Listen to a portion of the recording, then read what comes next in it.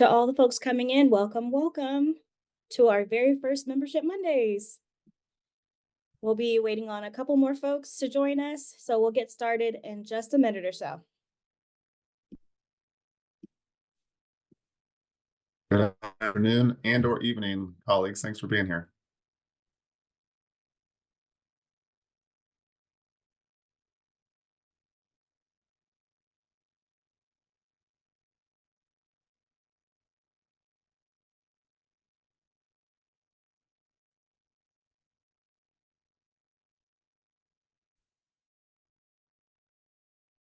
Alrighty, so I'm gonna go on ahead and get started just so that y'all can have as much time as possible to get any questions answered.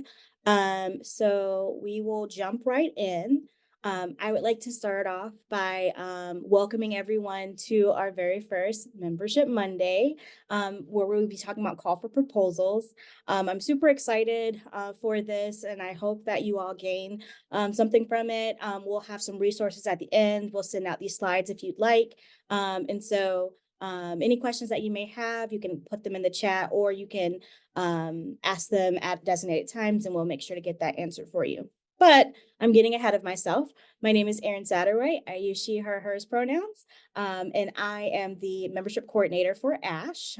Very excited to be kicking this thing off. I will quickly go through a bit about Membership Mondays.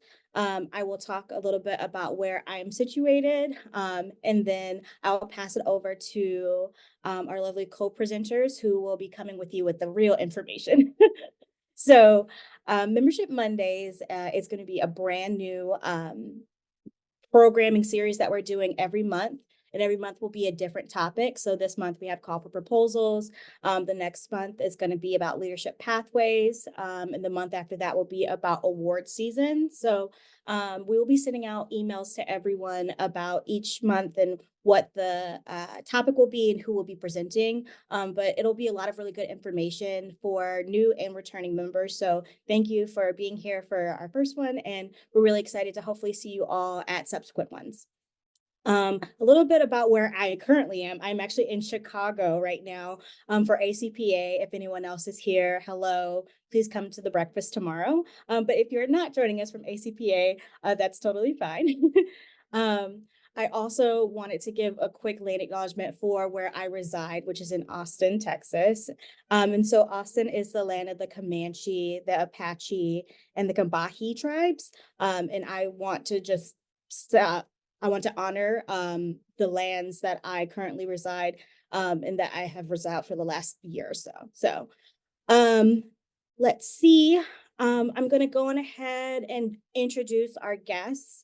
Before they get into it, we are going to do just a quick poll to see why people have decided to join us today. But first, I have Miss Alicia and I have Jonathan with us who are going to talk a little bit about the meat and potatoes of today.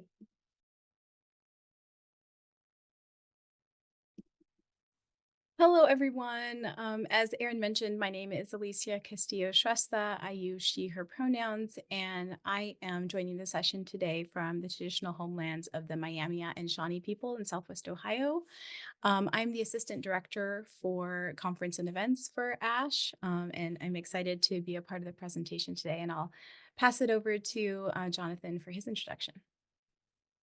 Hi, all. My name is Jonathan Pryor. Pronouns are he, him, his. And I'm an associate professor at California State University, Fresno, which sits on the traditional and ancestral homelands of the Yokuts and Manos peoples.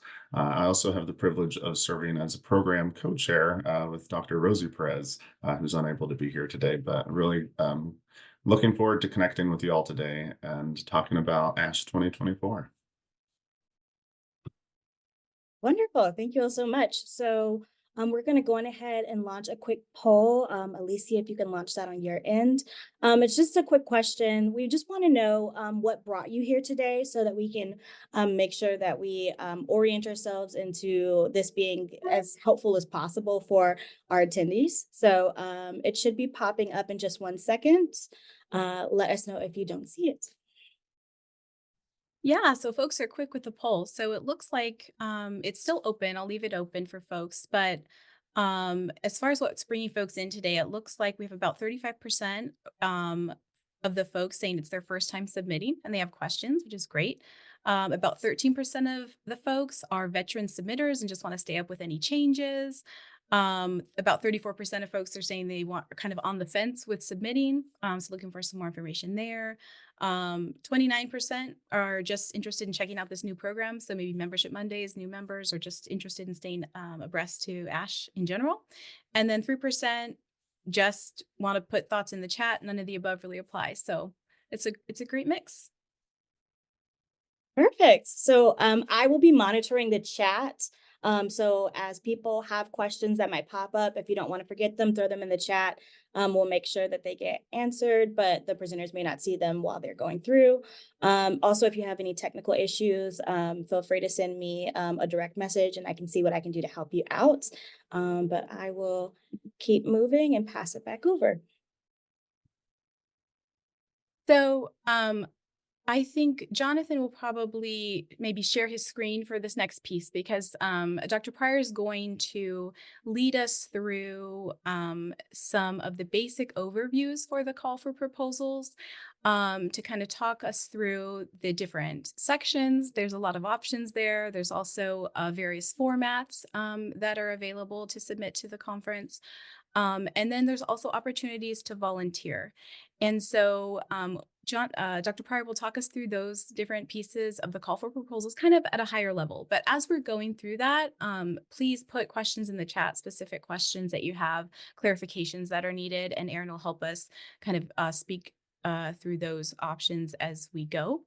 And then I will follow up with additional resources. We've really tried to provide a lot of additional support for the call for proposals this year. So both in terms of more interactive sessions, drop-in hours, and also more websites that are available as well. So we will be sharing a lot of those and also highlighting our social media options as well to kind of for those that use social platforms and want to stay abreast to updates that come through those channels. That'll be available as well. And we'll go through those. But as Erin mentioned, we can also send along the slide deck so folks have it after the fact as well. And I think we should have updated sharing access and be ready to go. So Dr. Pryor, I'll pass it over to you.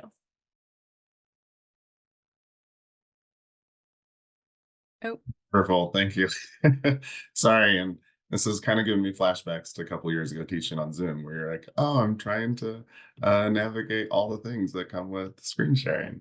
It might be helpful if, because I trust you all would have the link anyway, but maybe we could share the link for the call for proposals within the chat so folks can skim through. Because can be quite a cumbersome document. And if you are new to ASH, so I think I took note that roughly 35% might be submitting for the first time. So I'm glad that you're here to learn a little bit more about what you can anticipate. And really, the call for proposals does provide that exhaustive glance of what each section is looking for. So when we think about the different sections at ASH, we have 19 areas where you could potentially submit your work. And so really, our conference sections provide an expansive number of options for submitting your work based on your own research area or potential foci for scholarship that you want to contribute. And I'm excited to be one of the co-chairs for the program committee because I love our 2024 theme of I am a scholar, and that we invite all forms of scholarly inquiry and methodological traditions that will ultimately advance our field in the study of higher education. So as I think you can see from my screen, here are the different areas that just the quick bullets of sections that are represented within the program sections that you could potentially submit to. One thing to note, each area then within this program is going to have a more specific breakdown of what work they would be looking for. And one of the things that I know can come up, you can always reach out to myself or Rosie if you have any questions. But if you have any specific questions for these sections, don't hesitate to also reach out to the chairs or co-chairs of those sections because they certainly want to make themselves available. And I would even say I want to extend gratitude for our colleagues who are willing to serve in this capacity because as we're shaping up the 2024 conference, there's a lot of work that goes into this. And we really want you to feel supported through this process. That way we can make sure that you find the right section that would be a good home for your potential presentation at the conference in November. Now, when it comes to the types of proposals, there are multiple types. And this is probably where my sharing screen is not going to be very helpful because these are the different sections. And the different types that get highlighted show up later on in the pages. But we have research papers, scholarly papers, interactive symposium, self-designed paper sessions where you could come together with some other folks to put forward papers that you would like to have considered. Our performance, visual, and digital scholarship sections and workshops. And what was just recently added in the last couple years was our works in progress section. And of course, posters have often been a standing proposal type. As you'll note within the call for proposals, while many of them have the typical 2,000 word limit, they're going to be the workshops and work in progress would be a reduced amount. So just pay attention to word limits and counts and recommendations as you're considering what proposal is going to be a best fit for your work. And that's really where we're happy to help process that with you too. If you're not at a point where you have data and you're not ready to advance a full research paper, perhaps you're still in the conceptual stages of your work, and that's where works in progress and posters would be a great area to consider for submitting your proposal to. One of the other things I want to make sure I touch on, and what is essential for ASHE to be successful, is the role of volunteers. And this is where I'll just go ahead and stop screen sharing so I don't have to take you through all of the different pages of the call for proposals. But we need your support in serving as a reviewer, volunteering to serve as chairs and discussants within the conference. Really, what I say volunteers, in my perspective, and has been great experience for me as I was going through my doctoral program and life as an early faculty member, volunteering really allowed me to see how essential our role is and making sure that ASHE is the conference that we all want it to be. I think that this is necessary for us as we consider what we hope for ASHE to be and how we want it to be engaged.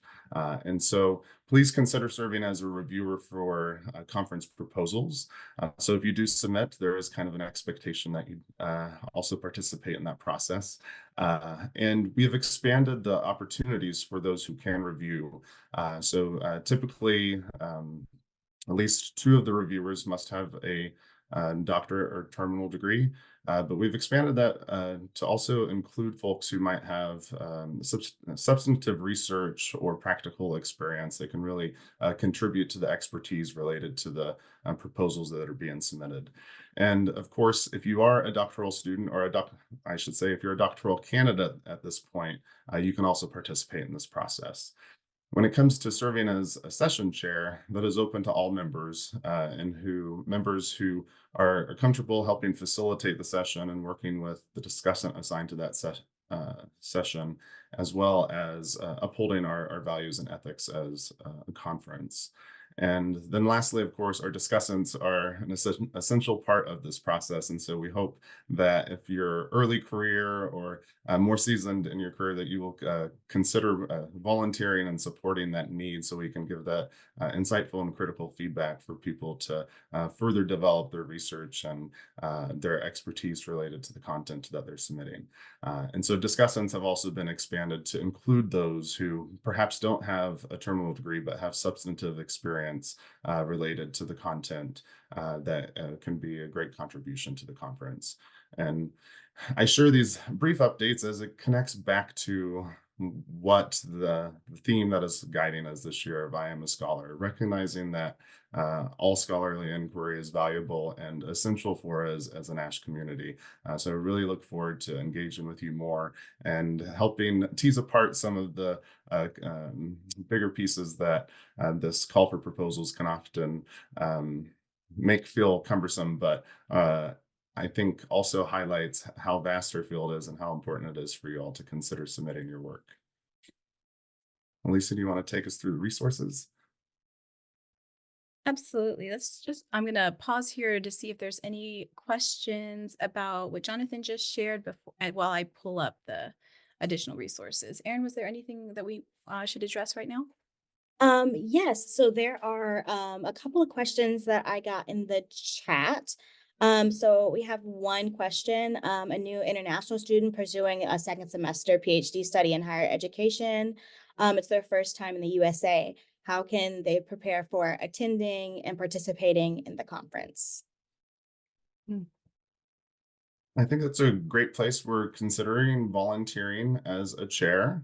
And if you're not there yet, if you haven't attended an ASH before and you haven't seen kind of what goes into the chair's roles, and perhaps just attending sessions and getting a sense of what that entails. The other thing that I would say, though, is not to be too nervous about it, because we do provide chair kind of tutorials and training sessions beforehand, so you feel equipped to jump into that role. But I think chair service is a great way to become more involved during the conference and a great opportunity to connect with scholars who are presenting their work that can be important networks to start establishing. Lisa, is there anything else that you would add to that?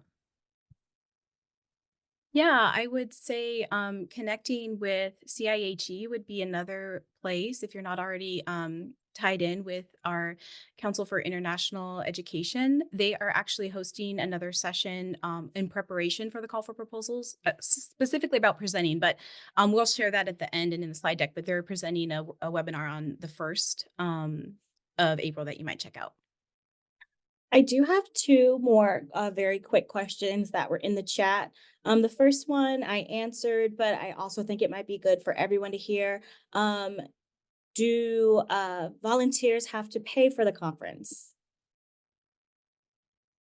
Yes. So as our scholarly association does require volunteers to pay for the conference, the fees of the conference help us actually put it on, in addition to helping the association thrive and paying for all of the different aspects that are included. So we have an amazing set, as Jonathan mentioned, a set and community of volunteers. So unfortunately, we can't make the conference free for all of our amazing volunteers, but um, we hope that you will connect with additional volunteers too, to kind of get a sense of the different opportunities, because there's a lot of different types of volunteer opportunities as well. So getting connected with other folks in ASH to kind of get a sense of what they do, their volunteer role, and kind of how they what they get out of it, and the benefits there, I think is a good piece to explore. But yes, volunteers do pay for conference attendance. And then one last question. So this came from kind of two different pots, but I think they could be similar together. Questions about does it matter if you have a terminal degree when you're selecting volunteer opportunities like chair, reviewer, etc. Additionally, there's some people who are asking if they had experience prior, but they're still just a PhD student, does that impact what they'll be able to do volunteer wise? In terms of serving as a reviewer and a discussant role, certainly the how we've discussed what is substantive experience in terms of scholarly and practical experience would be roughly around 10 years. So when you go through that review volunteer sign up process, you'll be able to share more about your expertise and background that would contribute to us understanding whether we can assign you as a reviewer or discussant for those sections. In regards to serving as a chair, those limitations aren't there. So it's just wanting to ensure that we're having those who have the research and content expertise well situated for all the different sections when it comes to reviewing proposals or serving as a discussant. So if you have some previous experience prior to entering your doctoral program, you can click that option and help us better understand then the expertise that you'll bring if you would like to serve within those capacities. Okay, so I can keep us going forward and share some of the resources that we have available. Can y'all see the screen on the call for proposals? Okay, great. So as you can see, ashe.ws /call for proposals, there's so much rich information on the website. So we wanted to take a few minutes just to walk you through everything that is available to you just on the website. So the call for proposal guide that Dr. Pryor pulled up earlier is right here, and this will pull you into the PDF guide to actually log in and submit your proposal either for a session or as a volunteer. This will take you to the conference portal. But I wanted to point out this side menu here. So this year we added this website that has steps to submitting a proposal. And so I know some of you on the call are well seasoned in this process, but just we thought, especially for new folks, it might be helpful to have some additional support to kind of make sure you're hitting all the marks as you're preparing your proposal. So this website here kind of walks you through the basic pieces from brainstorming to considering collaborators and all the way through. We do want to point out that in this step two, we always come, folks always come with questions here because in order to submit your proposal, if you have collaborators, everyone whose name is on the proposal needs to have an account within the ASHE membership website. And so you will want to leave additional time or prepare ahead. So if you're one of the folks who are submitting on, April 22nd, the day the proposals are due, just make sure you have ASHE account information for folks, that everyone has an ASHE account. And that way you don't get caught up and delayed when you have to add their information to the system and it doesn't recognize them. So that's a question that we often get. And we want to make sure that you understand with collaborators, you want to have everyone's name included and they need an ASHE account. So those can be created just as guest accounts. They don't need to join the association if they're not currently a member. That's sometimes a question as well. In the call for proposals, you'll be able to see all the different sections that Dr. Pryor is mentioning, in addition to the pre-conference options.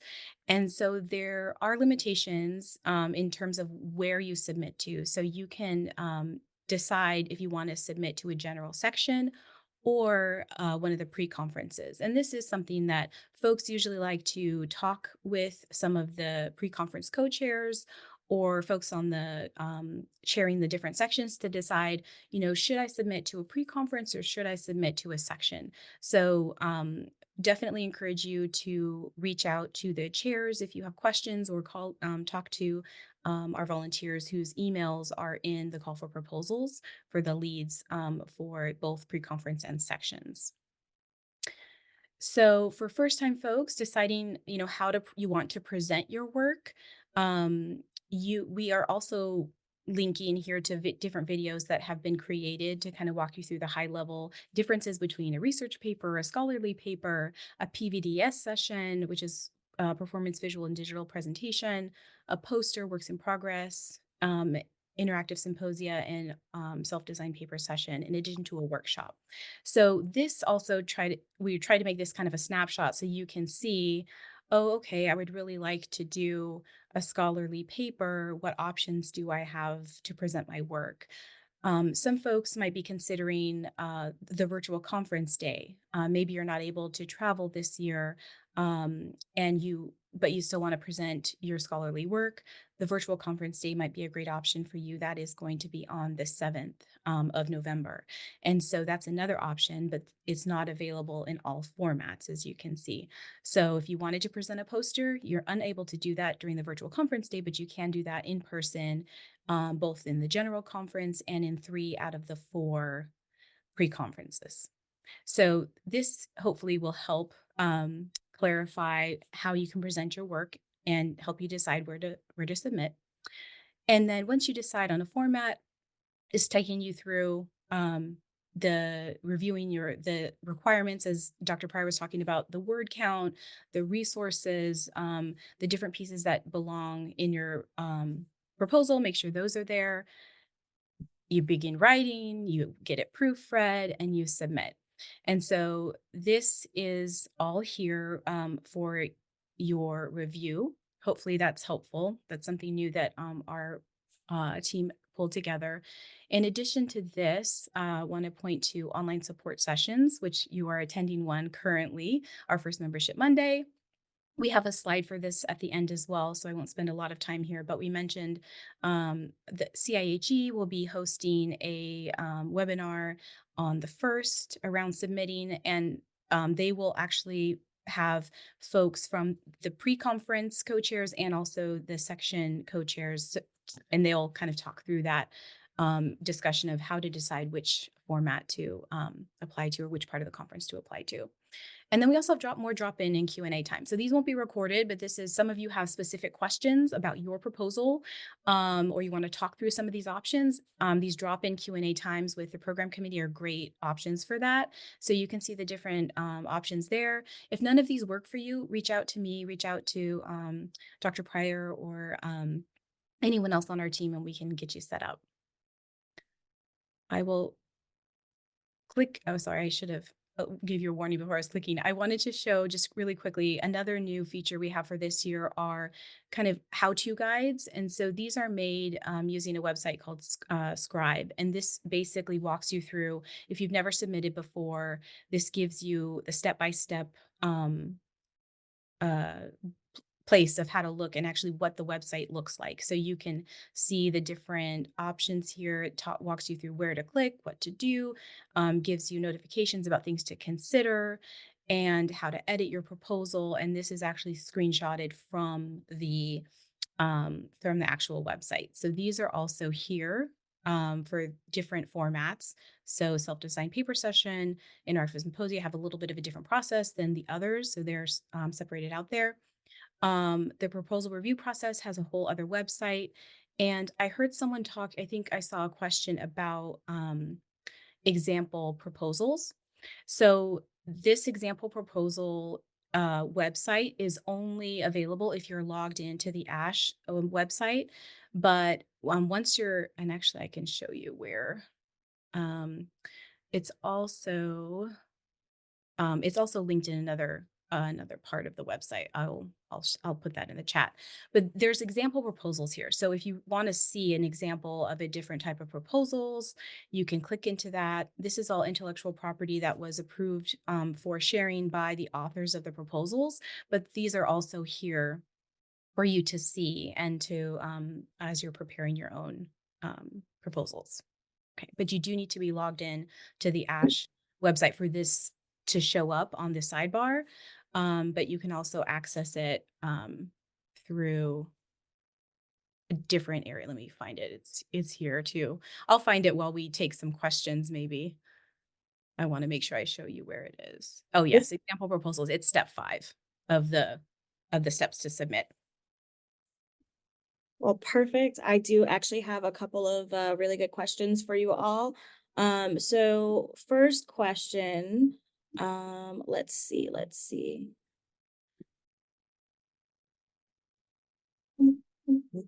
Sorry, I just had the question and then it was gone. So weird. Okay, yes. So there are a couple of questions around submitting your work and figuring out where to submit your work. So one question is asking about if you could submit both to the pre-con and the general conference. Another question is asking if you have to choose between virtual or in person if you don't have a preference.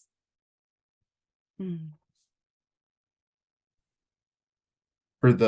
terms of submitting to pre-con and general conference, you can only submit each proposal to one section. So you could technically have a pre-con proposal, and then if you have another piece of work that you would like to have considered for the general conference, you can do that, but you can't submit the same work to 2 different sections, if that makes sense. And I lost the other question. What was? So the other question was similar. So for virtual and in person, do you have to make a preference one way or the other of what you want to submit for? Or can you just say that you don't have a preference and would be fine or open to doing the virtual or the in-person conference?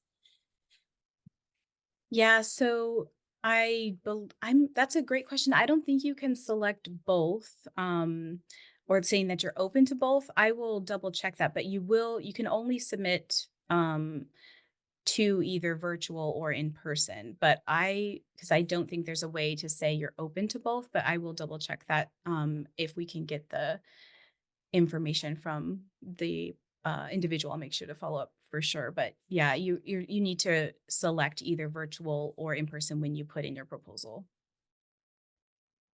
I do have one more question.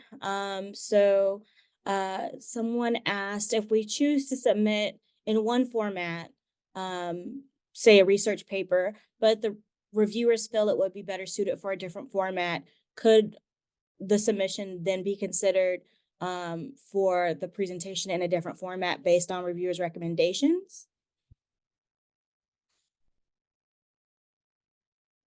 Y'all are coming with the hard questions today. Oh, did you? I didn't want to cut you off, Alicia, but yes. And so perhaps a poster session, if it doesn't get accepted, it might be considered for that, right? And then of course, then you would be notified of that um, when the announcements come out in the summer. And I also noticed our volunteer opportunities, virtual and in person, are both.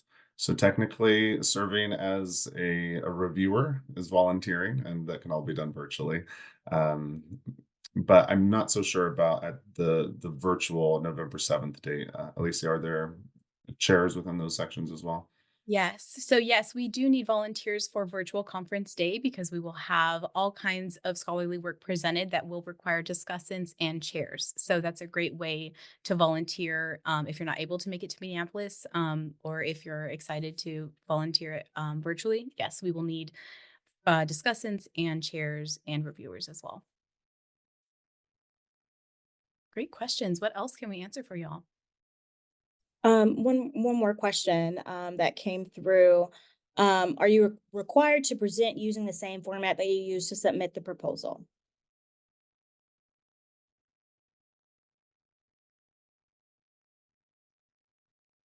I need some clarity.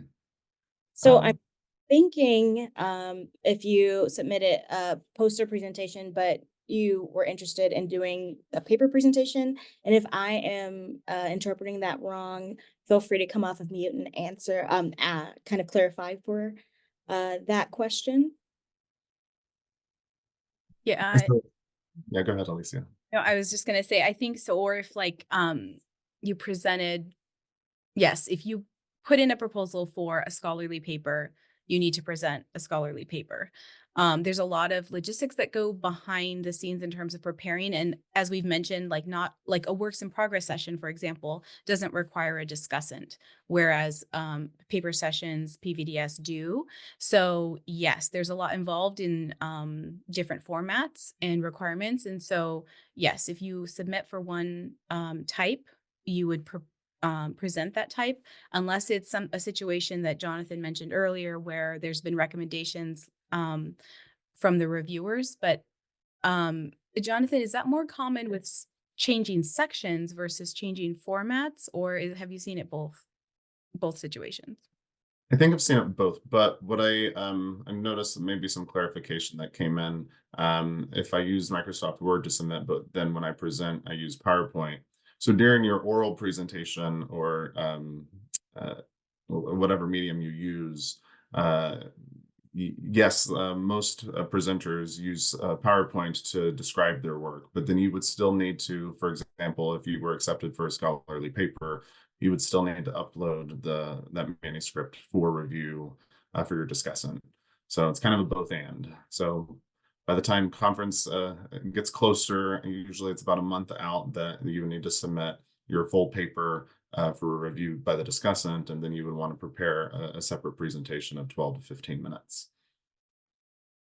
And thank you for that clarification. The other thing I'll mention to that point is with if you turn in your slides, which we require all presenters to do for accessibility needs, you would need to stick to that. Obviously, you can make updates, but we require presenters to turn in their slides so that folks can access them ahead of time if needed, and also for we will make sure that PowerPoint is loaded onto the laptops in the rooms when you're presenting so that we can enable captioning, which is really important for accessibility for everyone at the conference. So yes, there's a lot also that goes into the presentation formats, and we hope that you would be able to communicate any needs. Of course, things come up. People have things that they need to change and update, but reach out to us with questions. But that's why we require folks to turn in presentations ahead of time. And we prefer that folks use PowerPoint as it's most accessible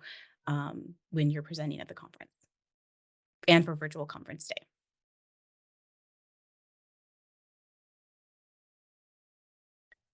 Are there additional questions? And maybe, Erin, we can maybe keep going with questions, but also pull back up our slides so we can talk through a few other support pieces we have in place.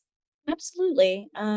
So I think we may have answered all of the questions. I know there was one that I did answer in chat, but someone asked, it was a little more of a specific question around deciding what formats might be appropriate for where they are in the research. So if you could just speak a little bit to maybe to how best people may be able to select what section would work best for where they're at in their research process. I think that is part of the intent of the works in progress, as well as posters of submitting work that perhaps you haven't completed your full data collection. You might have preliminary findings. So then for the research paper sections, the intent would be to have a completed paper by the time the conference convenes. So that's where you'll have to kind of gauge your own timeline within your research of which section might be a better fit. So if you know you're going to complete data collection in May, and you can finalize your analysis and draft your manuscript by fall, then submitting for a scholarly section may be more ideal. But if you know it's going to be another year until data collection is done, works in progress would be great. I actually chaired a session this last year where there's some great scholarship of from folks who are kind of in a similar thing. They were doing a 5-year study. And so the works in progress really allowed them to not only present where they were at with their work, but also engage with other folks in the section and get some ideas for them going forward. So I would say and part of that answer is it depends, but that's also the value of the works in progress for those who are kind of in that kind of phase.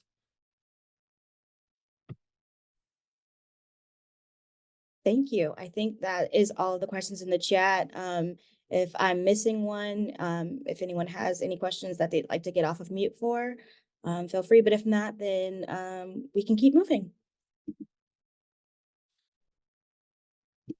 Alicia, I see a question, and correct me if I'm wrong, but I believe the number is 4. How many proposals are you allowed to submit? And because there are limitations for how many proposals can be submitted per colleague. That's a great question because I think the limitation actually comes in with how many times your name can be presented, like can appear, excuse me, in the program. So that includes you presenting your scholarly work. That includes you serving as a discussant. That includes you just serving as a chair. And so I think I'm actually not, I don't think there's an actual limit on how many proposals you can submit because not all of them will be accepted. But I think the limit comes with how many times your name can appear in the program. Is that what you remember, Jonathan? I can. And thanks for clarifying that. I think so. So I can try to look up to see that number because I feel like it was 4 or 5, but Yeah, I have the post and ask cold right now, so. Yes, I'll look for that as well because it is in the call for proposals. We can pull for that, and then we will give you the exact number. Great questions. Okay, so we'll look for that, and then Erin, do you want to advance the slide and we'll kind of talk through the last couple things as we're answering more questions? So I mentioned, and I showed this briefly on the website, but additional support sessions. So if this was helpful for you and you would like more information, we have a few more things coming up. So the Council on International Higher Education, CIHE, is hosting a session on April 1st from 10 to 11 Central. That will be recorded and it'll be posted to our Ash YouTube channel and also to the website that has the online support sessions. We also have those drop-in Q&A times with the ASH program committee, 3 different dates, 3 different times, and those will not be recorded. Those are just meant to be drop in, ask a question, share some space with folks who are also considering proposals. So please join us for those as well. The links to sign up are in the ASH listserv and also on the website. And then the last piece that isn't on the website yet that was recently added is a drop-in Q&A and community writing time with the Council on Ethnic Participation, CEP. So our CEP pre-conference co-chairs will be hosting that as a time to get questions answered. And also if folks want to be in community and have time to write with colleagues, that's another option, 10 to 11 Central on April 15th.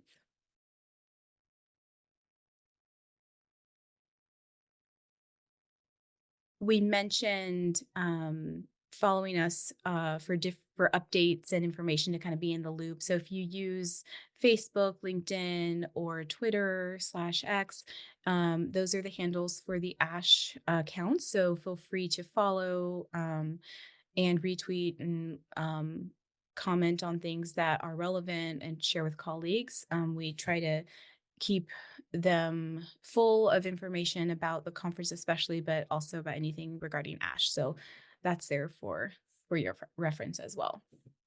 We did have one question in the chat, a question about completed dissertations, as an option for submissions.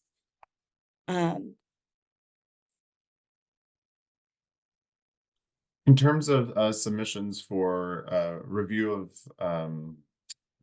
for a conference presentation, so not necessarily there are award recognitions for dissertations, right? But in terms of submitting your work for as a conference proposal, I would recommend a research paper if you have data and or scholarly paper. The caveat would be is not to submit all chapters of your dissertation, but to funnel that down into a manuscript that you can potentially prepare for publication. And for many dissertations, you might be able to get many papers out of that. So it might be working with a mentor to kind of think through what would make most sense for submitting for this next cycle. But I would definitely recommend research or scholarly paper sessions for that work. I did get some clarification I found on page 14. So participants may be included in a maximum of 4 general conference proposals, and that is regardless of role. So if that's being a co-author and if that's for a symposium participant, and then for the general conference overall, you can only be listed 5 times, as Alicia was alluding to. So you can be part of 4 submissions total for the conference proposals. And then if you add in any additional service, then no more than 5 times on the program.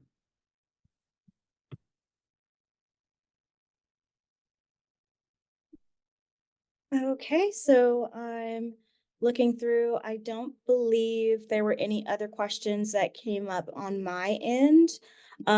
Does anyone have any questions they might want to hop off mute before we move forward? Hi, I have a quick question. Can you all hear me? Yes. Hi, everyone. This is Aya. I'm at U of M. So I actually submitted a proposal last year for Ash, and I never heard back. Like I just never heard back. And it was my first time, and I'm in sociology, so I was trying to navigate the portal, the website, bought a membership. I thought I followed the all of the things, and I just heard nothing.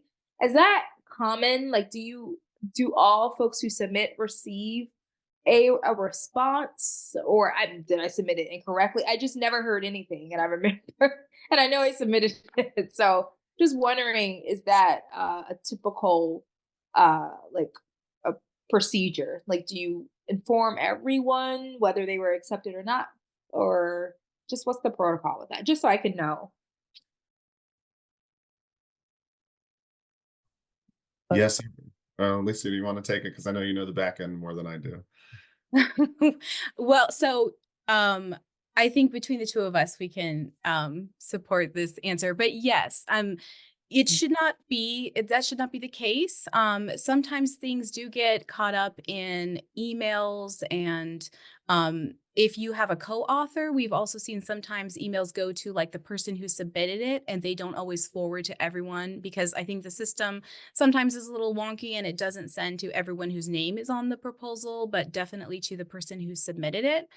And maybe what I can do as well is show a part of the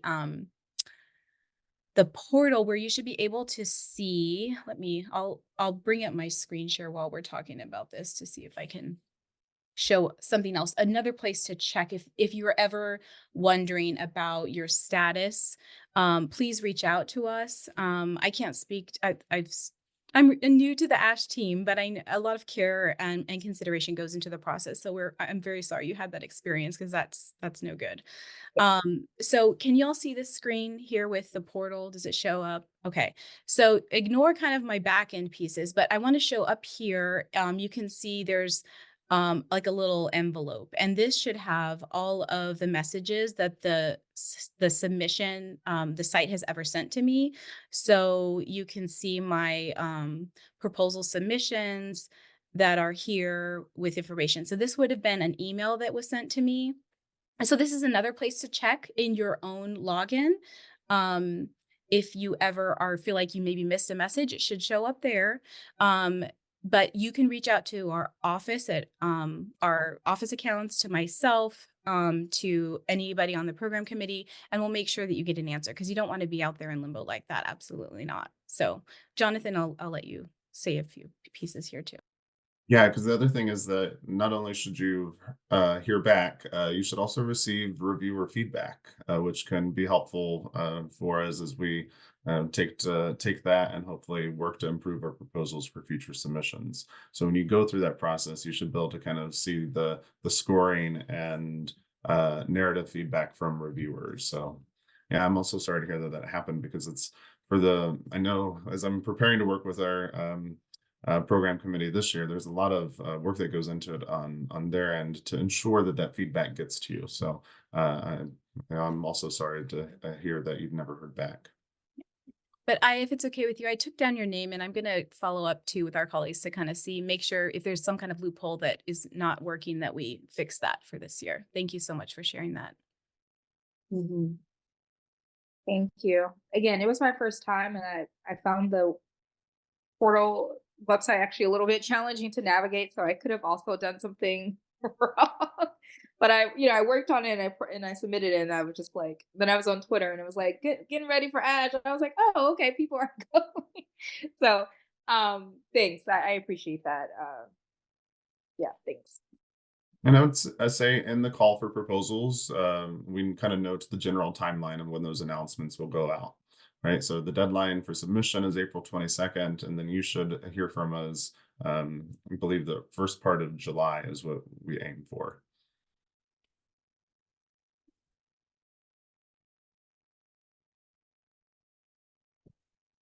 I noticed a question. Oh, go ahead.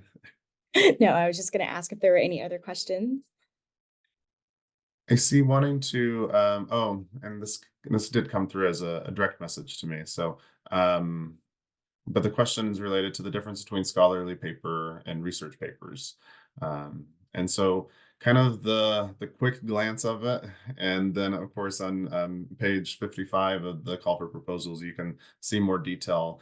But the quick distinction that we make is that research papers are working with data, so empirical data that you've collected, whether it's qualitative, quantitative, or mixed methods. Whereas scholarly papers are often non-data driven papers, but that might be theoretical or conceptual in design. And so that's kind of the quick glance of it.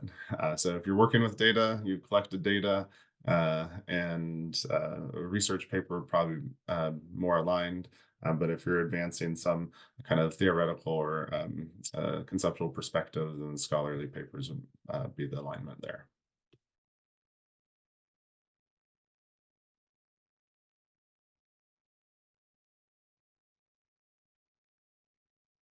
Right, any other questions?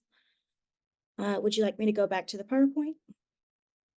Yeah, I think we had one more piece there, but yeah, feel free to come off mute as well. Anybody interrupt and let us know what we need. We want you to. Oh, yes, go ahead, Oh. Will. Hey folks, Will Walker, PhD student down at the Louise McBee Institute for Higher Ed.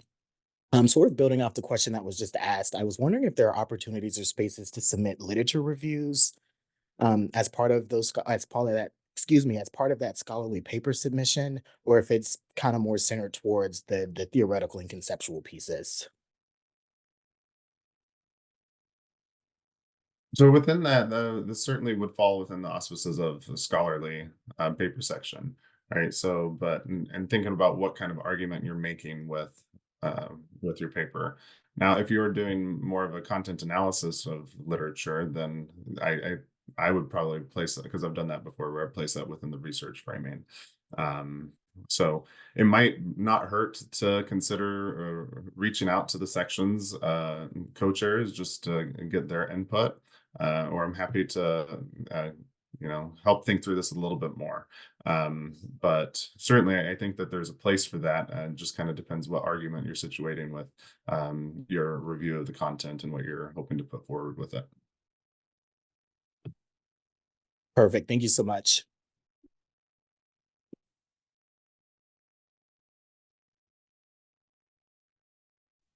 Okay, I think I see there was a question about graduate student support, travel grants or scholarships for graduate students. Yes, so there is a graduate student travel scholarship, and Erin, you can pop in too to share more information, but the application is going to be opening, I want to say in the summer, correct? Yes. And so there is, let me pull up the website for that. Oh, I'll share it in the chat, the direct website for the graduate student travel scholarships. But last year we awarded $2,400 scholarships, and I think we're hoping for about the same this year. So yes, please apply. If you can only receive it if you haven't received it in the past, unless I think it was 2021, the conference. But I'll put that website in the chat. And if you are have the ability to donate to the Graduate Student Travel Fund, that's something you can do when you register for the conference. And all of those proceeds go to graduate students to help them get to the conference and prepare, propose and be able to participate. So yes, I will put that in the chat. Thank you for asking. Yes, highly recommend applying for the travel scholarship. I will say with that, there is some service. So if you do get that scholarship, then you will be just helping with check-in, which is a really fun time. I run it and we had a blast last year. So there's that piece, but otherwise I know we did 26 last year. The year before that, we were able to do around 40. So we really are shooting for, especially as we're leading up to the 50th, we really are shooting for more scholarship offerings this year. So definitely apply. That should be coming out sometime in May, I believe, May or June. So be on the lookout for that. We'll make sure to send that information out once we get it as well. And there was a question about when is the due date. The due date for the graduate travel scholarship application is July 9th. And I'll write that in the chat as well. Okay. So contact information, like I mentioned, if you have questions, we know you'll have more questions, please reach out to us. We don't want people to be out there wondering things or questioning and not get their questions answered. So our information is here. It's also in the call for proposals. So feel free to let us know how we can support you and share with other colleagues that might need support during the proposal window. And was that all we had, Erin? Yes, please don't hesitate to reach out to us if you have any questions or if you're having any issues. I know that there's some people who reached out to me asking questions about membership and asking questions about some issues that they were having with their accounts. I did take down your names and I will be following up with you after this to see what we can figure out. But if there are things that that do pop up, we will be here for you all as we are getting towards that process. So I also want to say, don't delay in getting your submissions in. I know that it sneaks up on you very quickly. So thank you both so much for the opportunity to answer so many questions and to talk a little bit more about this wild process.